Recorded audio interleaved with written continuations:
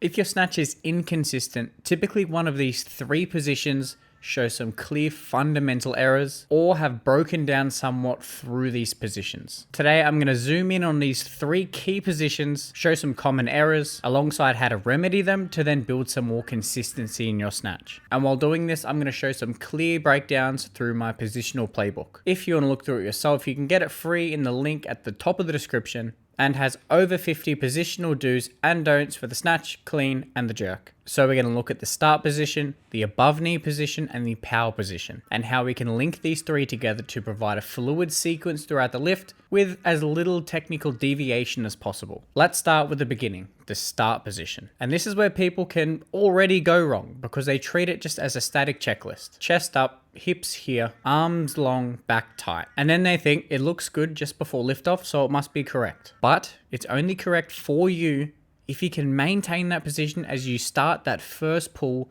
lifting towards the knee. That's the real test. Not whether it just looks good at a screenshot's glance, not if it's trying to match someone else's setup, and not whether your hip height is high or low enough. The real question is this: can you lift the bar from the floor to the knee without your whole positional shape changing as you do this? Because if your hips shoot up early, if your chest gets left behind, you shift forwards or backwards, your start position was wrong. Your start position isn't there to just look strong. It's there to set up the first pull positionally in a way that you can maintain. And what I want to see here ideally in the start position, broadly speaking, is pretty simple. Feet roughly a hip width apart with a slight external rotation of the feet just to allow the knees to more seamlessly get out of the way and provide a clear path for the bar. Shoulders over the bar, pressure through the midfoot, essentially a position where the legs can push the floor away from the floor while that back angle stays constant. And that last part matters a lot because people in the start position will set their hips to what they think feels comfortable, which can mean one of two mistakes. Either the hips are too low and that start position is somewhat looking more like a squat, or the hips are too high and it's essentially turned into a stiff-legged deadlift from the floor. If the hips are too low, what tends to happen is that the knees are pushed too far forward. Then it's either the chest lifts too early, causing a bar loop around the knee, or the hips then shoot up fast,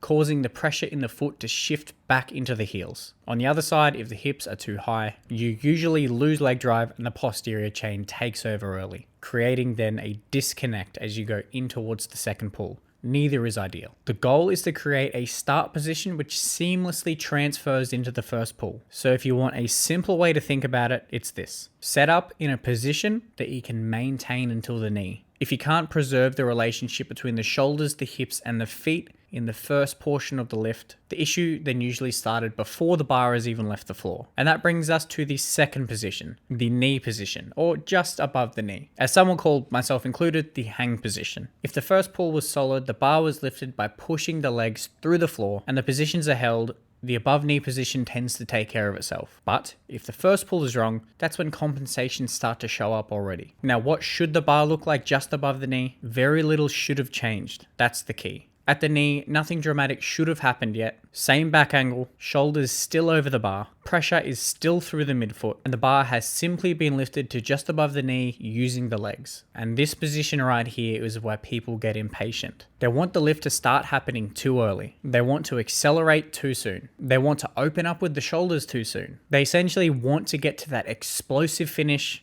before it's due. And that usually shows up in a few ways. The first is that the knees are too far forward and that shin angle isn't vertical as we would like it, suggesting that the shoulders are tracking back behind the bar too early due to impatience. And this position as the bar travels past the knee is accompanied by a looping of the barbell forward. And then the second mistake, which is essentially the opposite to this, is pushing the knees too far back. And this is common for lifters that are trying to make room for the bar to pass, which is fine, but they overdo it. They become too posterior chain dominant and lose leg drive. Then the lift starts to look more like a hinge and less of a leg driven first and second pull. And with both of these errors, the main thing to consider is what the torso is doing. Your shoulders should still be over the bar at the knee. This alone clears up a lot of inconsistent lifting, because one of the biggest errors that lifters make is opening up too early with the shoulders and leaning off too soon. They think they're creating power with a violent bashing of the bar with the hips, but usually they're just rushing the lift. And when you rush the lift here,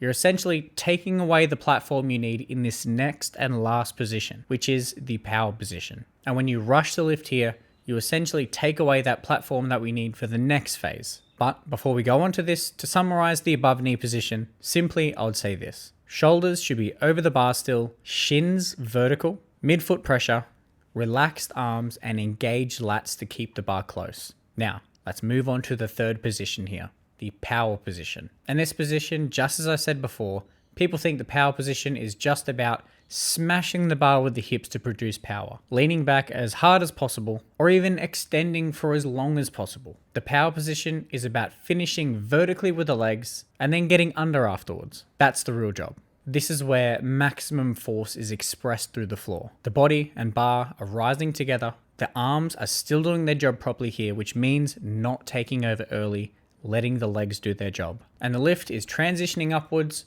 before then downwards, getting under the bar. You finish, then you go under. But before we go further into this bit, I will just clear up one piece around that contact point, because this is where a lot of lifters can get confused, because they think the goal of the power position is to just reach the hips with the bar and make contact. And because of that, they may try to manufacture the movement. But the contact of the barbell isn't something that you create yourself. It's more something that happens indirectly when your positions are in check going into extension. And this is where mistakes usually happen. By the time the bar reaches the hips, many lifters are already opened up at this point. Their knees are already extended. The shoulders have already come back. So then by the time the bar reaches the contact point, there's no room to then finish extension at this point. There's no power in this position. They've already used their legs. They've already utilized their extension. So what happens now? They force contact, throw the hips forward, throw the shoulders back, and then the bar gets sent away. So if you want a better way to think about this, think this. Stay over the bar, push through the floor with the legs, and keep the bar close to the thighs. This alone will clean up a lot of overextension and bar looping, because now bar contact becomes a byproduct of good positioning and good timing, not something you're trying to force and manufacture. And this ties directly into what the power position actually is. Because again, it's not a place to pause, it's just a quick transition. You're finishing vertically with the legs and then immediately moving under the bar, not finishing extension and deciding what to do next. This alone can lead to a few errors. The first is overextension. A lifter finishes, but then keeps going, somewhat admiring their work at the top. The chest gets thrown back, the hips come too far through, and then you stay on the toes for too long. And for some who are too heavily loaded in the toes, it can feel like you're somewhat stuck in the mud and can't move your feet.